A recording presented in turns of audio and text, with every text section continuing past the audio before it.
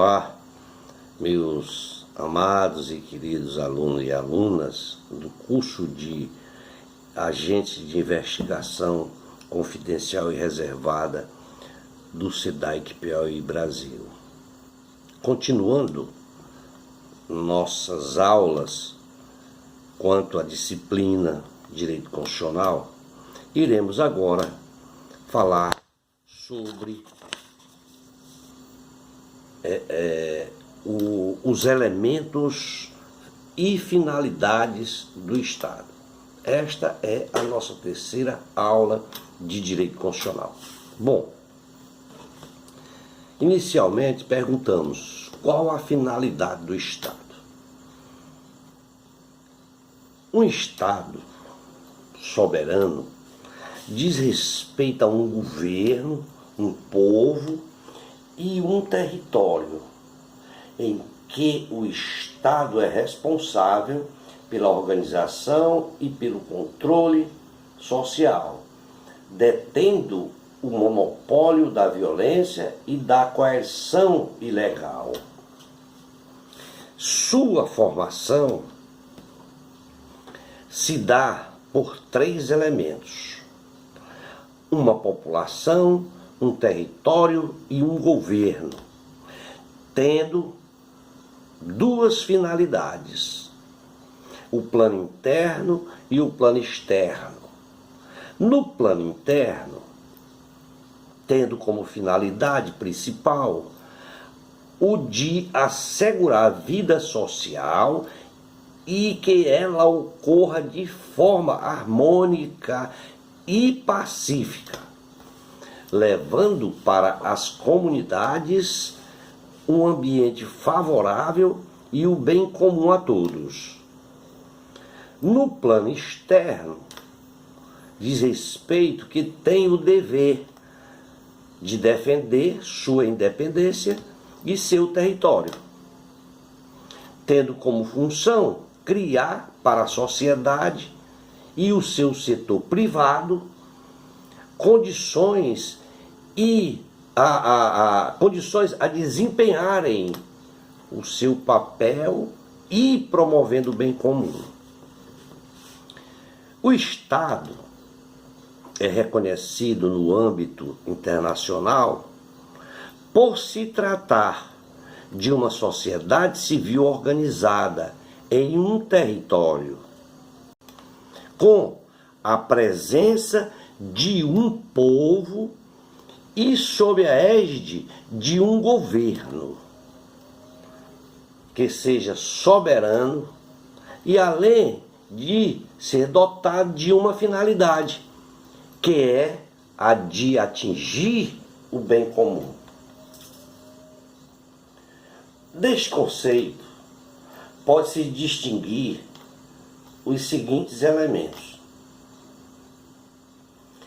o elemento geográfico, que nada mais é que como sendo o território que compreende o espaço que delimita a atuação da soberania estatal, incluindo-se o espaço terrestre, o aéreo, o mar territorial, a plataforma continental, os navios e aeronaves brasileiras, onde quer que elas se encontrem.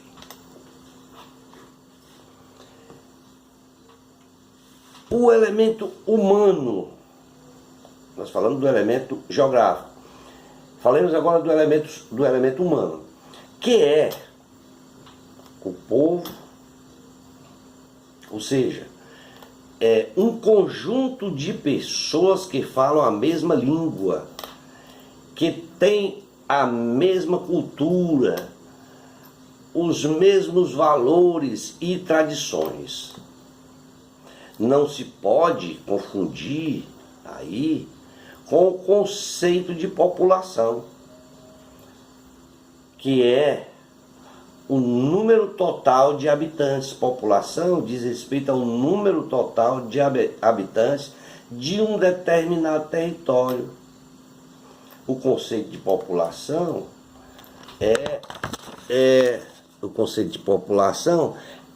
portanto, apenas numérico e geográfico.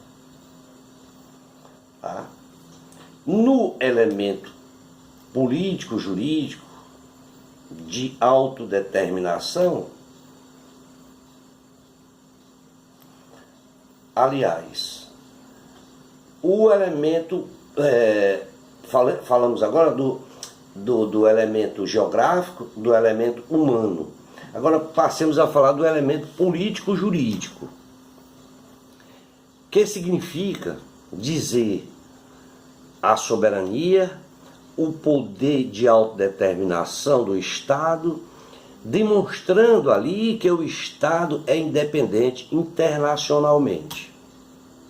Neste elemento político-jurídico de autodeterminação do Estado, podemos dizer que existe dois tipos de soberania. A soberania interna, como sendo o poder de império dentro de seu território, e a soberania externa, que significa que o Estado é independente dos demais estados da federação e perante as demais estados da comunidade internacional, não se subordinando a nenhum deles. Ou seja, sintetizando, que o Estado, o elemento político, diz que o Estado é independente, tanto dos demais estados da federação, quanto internacionalmente. Ele tem como finalidade também fazer parte, tem como finalidade também, fazendo parte aí do conceito de Estado,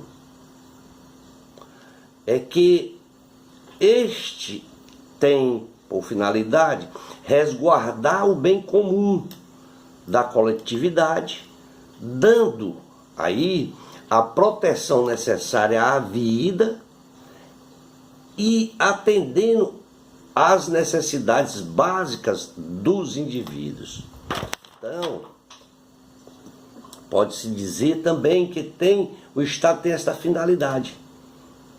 Deve-se então salientar que não se pode falar em Estado se faltar qualquer desses elementos.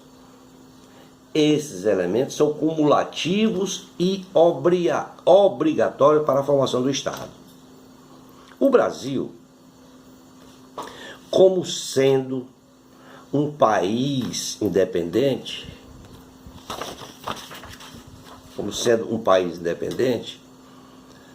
ostenta a qualidade de Estado. E isso pressupõe soberania.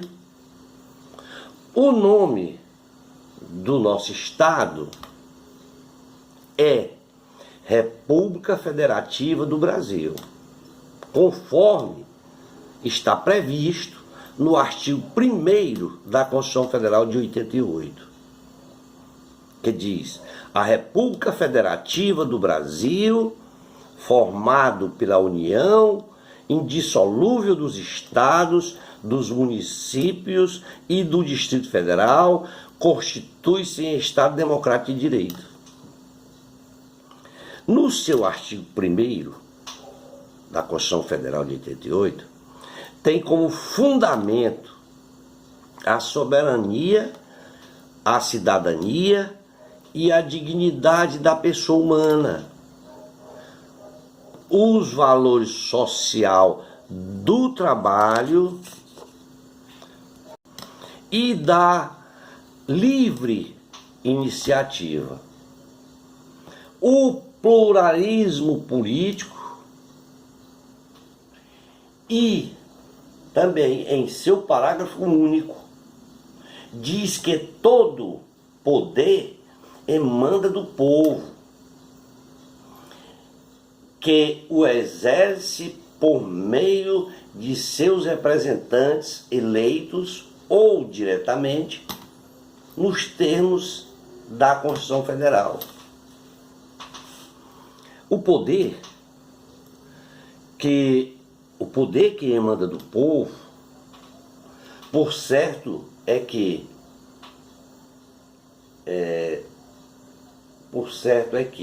o Estado se volte à proteção da do verdadeiro titular do poder, que é o povo. O povo como elemento fundamental do conceito do Estado é o titular do poder. E o exercício deste poder se faz através dos representantes eleitos pelo voto direto. Pelo voto direto, através do plebiscito, do referendo e da iniciativa popular.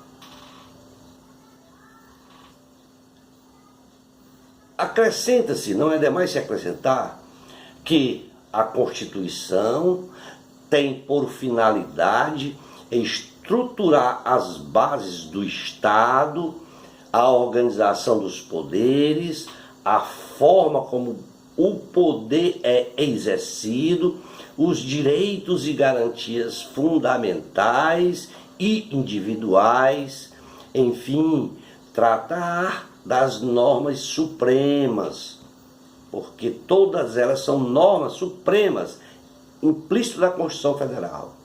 Deste modo, podemos dizer que não se pode falar em Estado sem a presença de uma Constituição, seja ela escrita ou não. Frisa-se também que um Estado é democrático de direito quando aquele que produz a lei também se submete a ela, implicando aí na existência de direitos e deveres, e também da presença de responsabilidade pelos atos praticados sobre os indivíduos. Por isso, a doutrina e a jurisprudência vêm defendendo aí a existência de uma eficácia vertical dos direitos fundamentais, além das eficácias horizontais.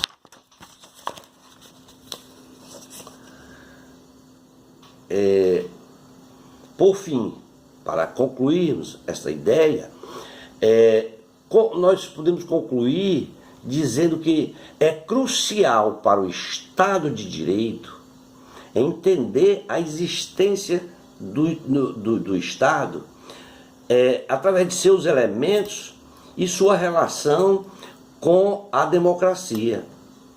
Afinal de contas, o direito existe dentro desta organização social, regulando as relações entre os indivíduos e entre o Estado, impondo aí limitações a todos e resguardando os direitos fundamentais. Resguardando aí os direitos e garantias fundamentais. Passemos agora a falar sobre tais garantias fundamentais.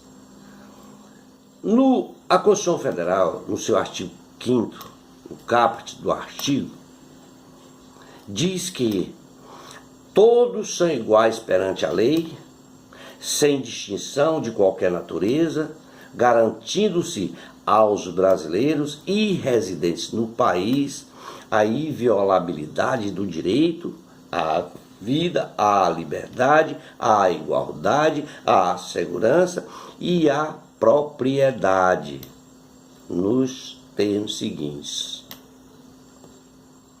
A garantia aos direitos fundamentais são aqueles inerentes à proteção do princípio da dignidade humana, da dignidade da pessoa humana, elencados na Constituição Federal e que possuem a mesma finalidade que os direitos humanos.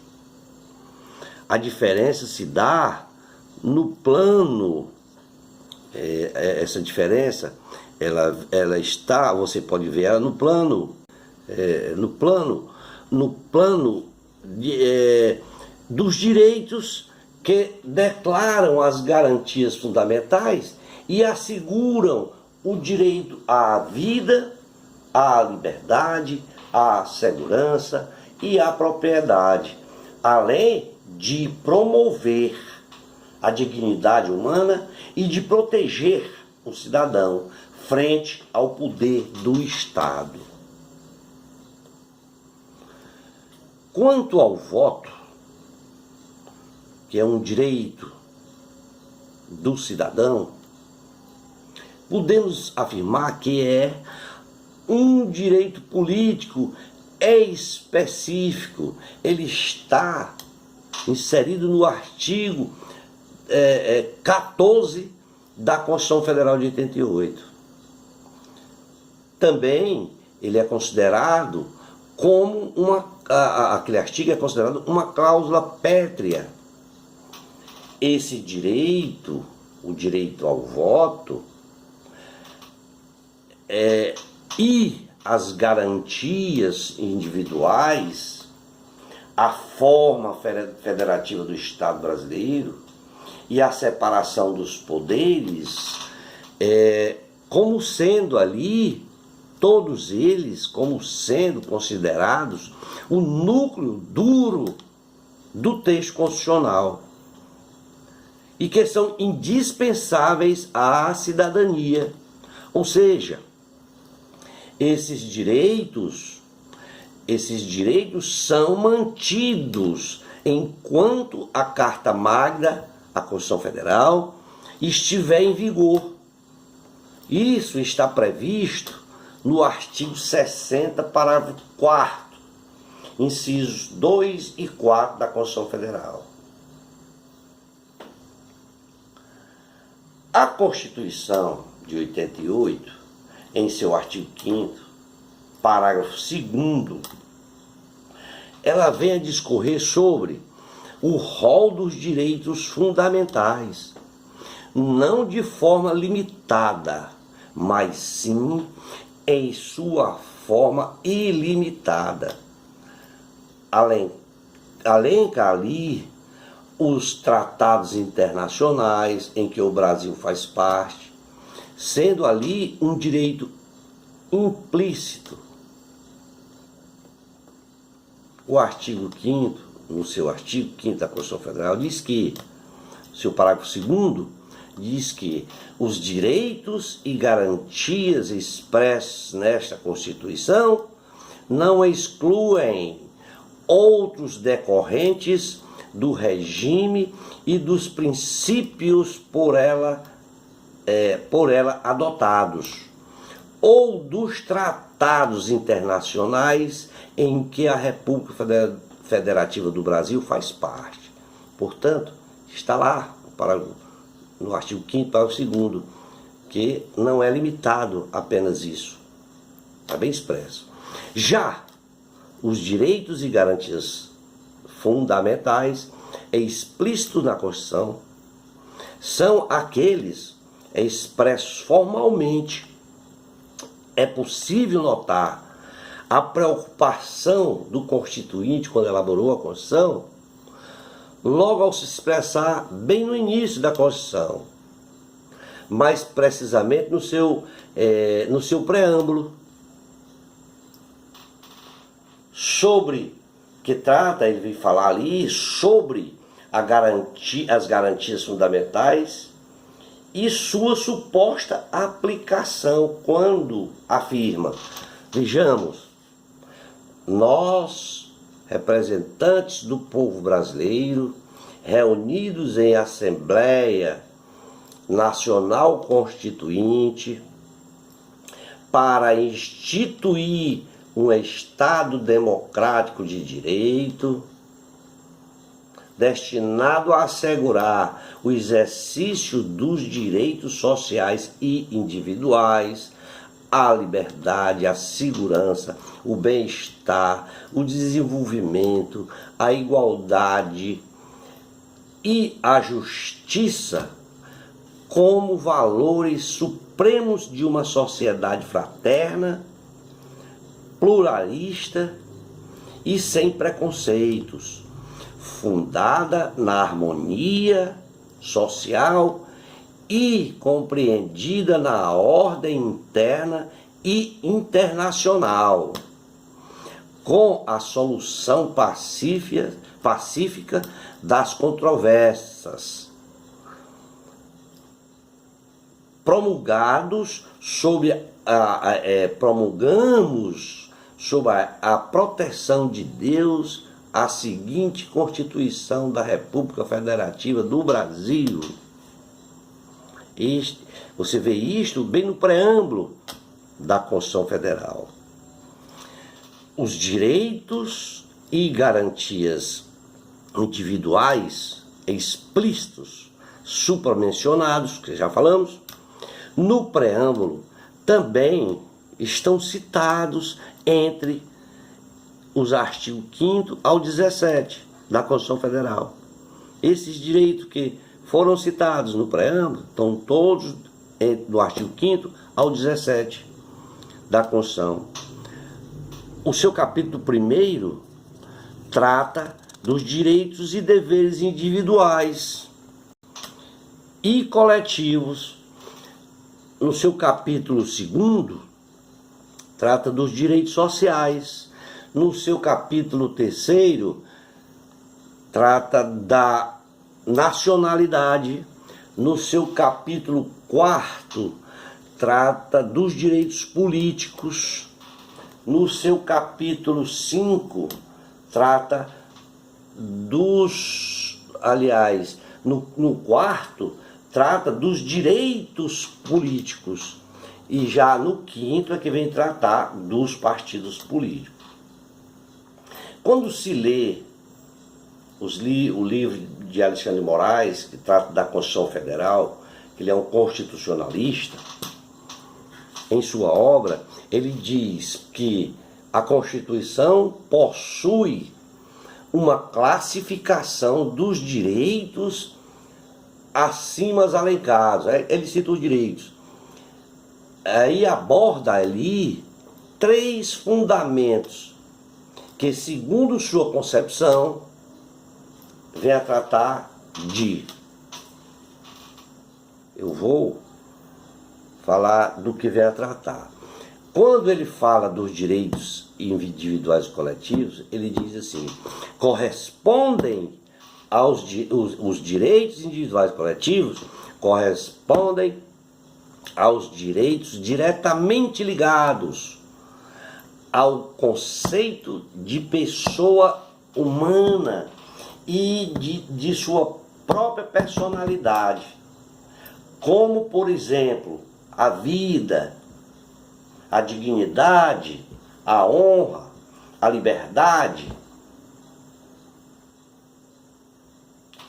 Basicamente é isto que ele fala. E quanto aos direitos sociais, ele diz lá no seu tomo: os direitos sociais caracterizam-se como verdadeiras liberdades positivas de observância obrigatória em um Estado social de direito, tendo por finalidade a melhoria das condições de vida aos hipossuficientes, visando a concretização da igualdade social, que configura um dos fundamentos de nosso Estado democrático, como prelaciona o artigo 1º, inciso 4º da Constituição.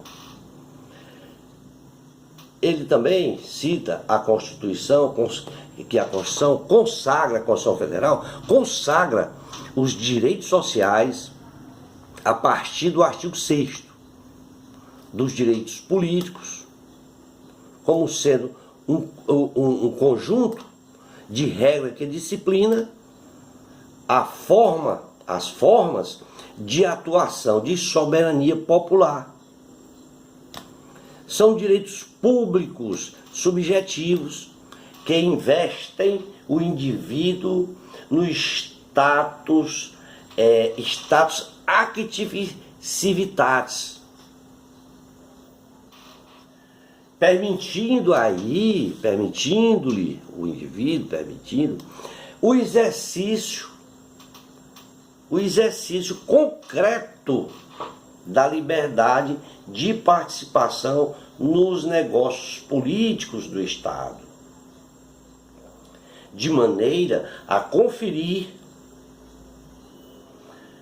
os atributos da cidadania. Tais normas constituem em desdobramento dos princípios democráticos inscritos no artigo 1º, parágrafo único da Constituição Federal, que afirma que todo o poder emana do povo, que o exerce por meio de seus representantes, eleitos ou indiretamente. Concluímos então que os 3 direitos citados acima, agora, que eu acabei de citar, esses 3 direitos, e comentado por Alexandre de Moraes, são de extrema importância. Ou seja, ele é imensurável para o Estado, vez que um completa o outro, regulando aí assim a máquina estatal quanto à sua norma coletiva, e também define a forma consistente, o dever do Estado, aquela forma que consiste no dever do Estado em produzir políticas públicas que sejam voltadas para a ampliação de direitos sociais, garantindo assim o crescimento nacional de forma mais justa e solidária. Quando o Estado garante o acesso à educação de qualidade, este Estado ele está garantindo um direito social primordial, que de fato irá contribuir para o avanço coletivo do próprio Estado. Em outro ponto,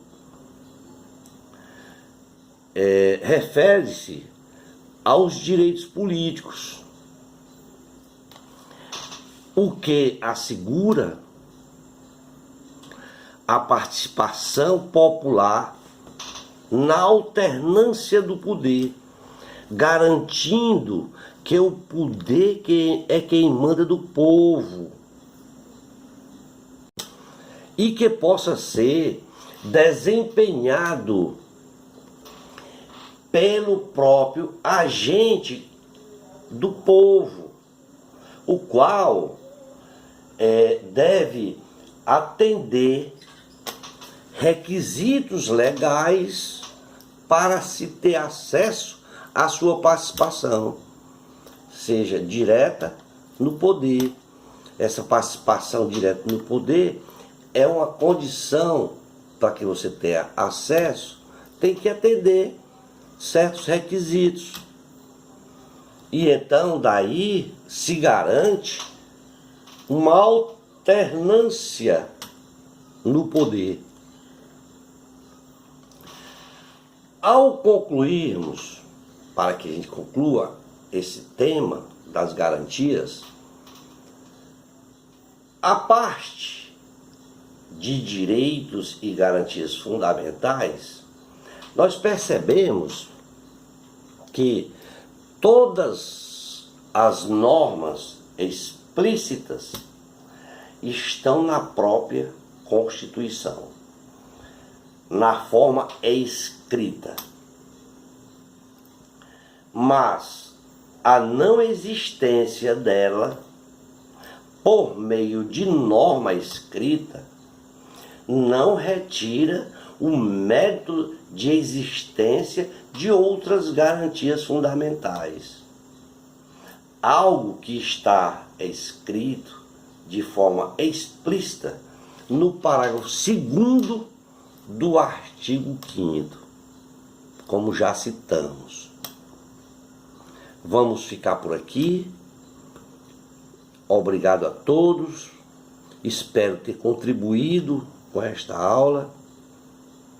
E a nossa terceira aula será, nós iremos tratar da organização da Federação Brasileira. Obrigado. Há tempo, por favor. Muita gente está vendo os vídeos, aula, mas não estão se inscrevendo. Pelo menos, se não queiram se inscrever, também não estou aqui forçando ninguém a se inscrever. Ao se inscrever, vocês estão me ajudando a melhorar as aulas. Mas pelo menos façam uma crítica, se achou bom ou ruim. Para mim, é importante que vocês ajam desta forma, para que eu possa, então, melhorar o conteúdo programático das aulas. Mais uma vez, obrigado e até a próxima aula.